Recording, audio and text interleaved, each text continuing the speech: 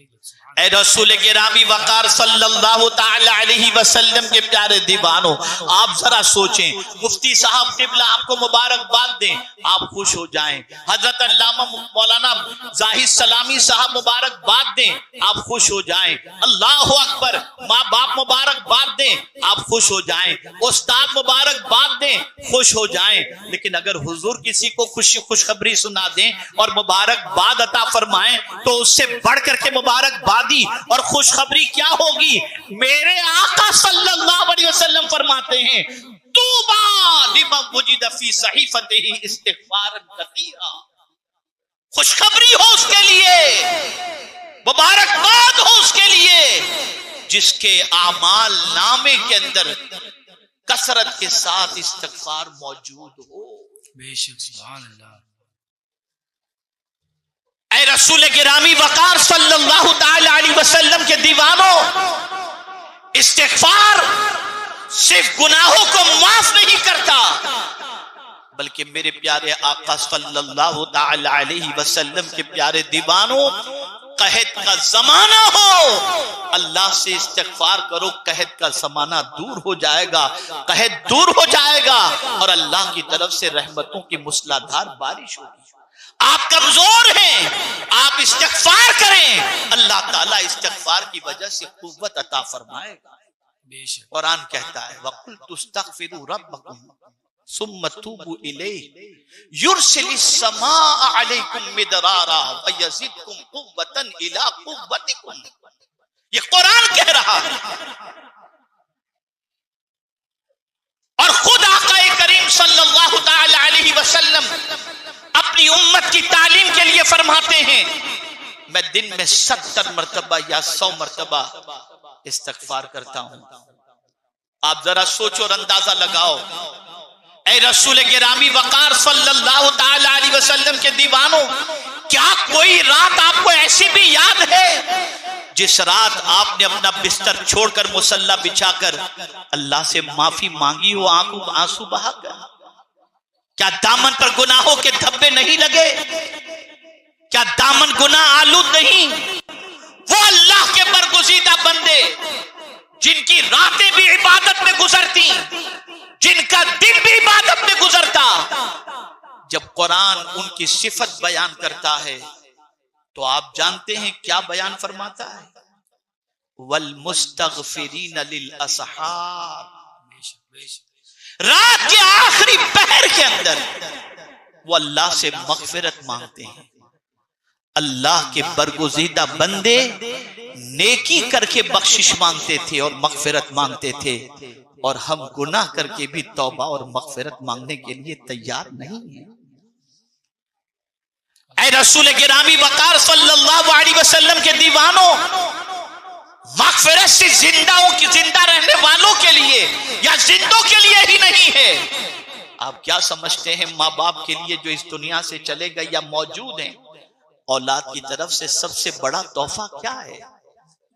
आकाए करीम सल्लल्लाहु अलैहि वसल्लम इरशाद फरमाते हैं,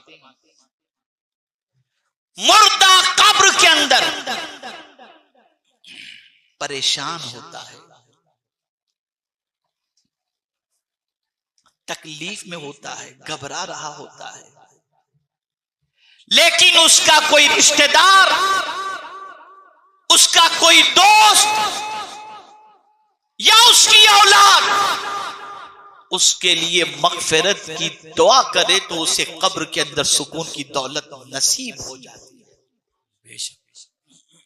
इमामुल मुतकल्लिमीन अल्लामा नकी अली खान अलैहि रहमतुल्लाह व रिज़वान फरमाते हैं कि जो शख्स हर नमाज के बाद अपने माँ बाप के लिए मगफिरत की दुआ न करे, उसकी नमाज बारगाहे समदियत में मकबूल नहीं। अल्लाहु अकबर, अल्लाहु अकबर।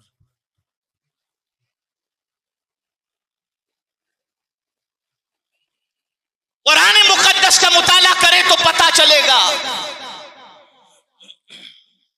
कि हमसे पहले जो चले गए उनके लिए अल्लाह के बरगुज़ीदा बंदों ने क्या दुआ की, क्या दुआ की? तो कुरान कहता है, रब्बना ग़फ़िर लना वले इख्वानिनल्लज़ीना सबक़ूना बिल ईमान, उनके लिए भी मग़फ़िरत की दुआ। मैं तो हैरान होता हूं कि हम तो जहां मग़फ़िरत की दुआ करनी चाहिए वहां भी मग़फ़िरत की दुआ भूल जाते हैं। अल्लाह ने मदीने जाने का हुक्म क्यों दिया? क्या सबब है कि जानों पर जब जुल्म करो तो हुजूर की बारगाह में जाओ? क्यों जाने का हुक्म दिया? क्यों जाने के लिए फरमाया? तो वहां भी जाने के लिए इसीलिए फरमाया वलौ अन्नहुम इज़्ज़लमू अनफुसहुम जाऊका, वहां पहुंचकर भी अल्लाह से बख्शिश मांगो। वस्तग़फ़र लहुमुर रसूल, और उनके लिए रसूल भी मग़फ़िरत की भीख मांगे, मग़फ़िरत की तलब करें। पता चला मदीने जाओ तो मग़फ़िरत, खाने काबा की ज़ियारत के लिए जाओ तो मग़फ़िरत, हर जगह बख्शिश की भीख मांगो, मग़फ़िरत की भीख मांगो। इसलिए कि उस्ताद ज़मन कहते हैं बेसबब बख्श दे न पूछ अमल, बेसबब बख्श दे न पूछ अमल, नाम गफ्फार है तेरा यार। बेशक बेशक, सुभान अल्लाह।